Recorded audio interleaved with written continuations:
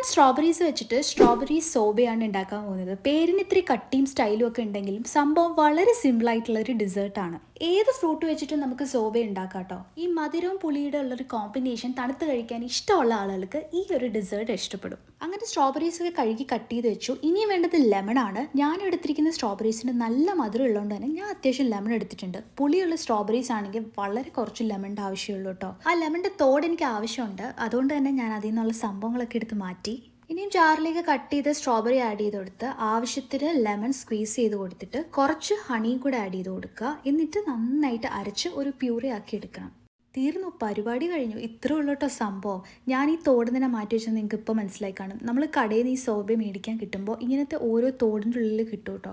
അത് കണ്ടിട്ടാണ് ഞാൻ ഇങ്ങനെ ചെയ്തത്. ഇല്ലെങ്കിൽ സാധാ പാത്രത്തിൽ ആക്കിയിട്ട് നമ്മൾ ഫ്രീസറിൽ ഒരു 35 മിനിറ്റ്സ് വെച്ച് കഴിയുമ്പോൾ തന്നെ നല്ല പോലെ സെറ്റ് ആവും കേട്ടോ. അപ്പോൾ നമ്മുടെ സാധനം ഇവിടെ റെഡി ആയിട്ടുണ്ട്. മാംഗോ, പൈനാപ്പിൾ അങ്ങനെ ഏത് ഫ്രൂട്ട് വെച്ചിട്ട് വേണമെങ്കിലും നമുക്കിത് ഉണ്ടാക്കിയെടുക്കാം.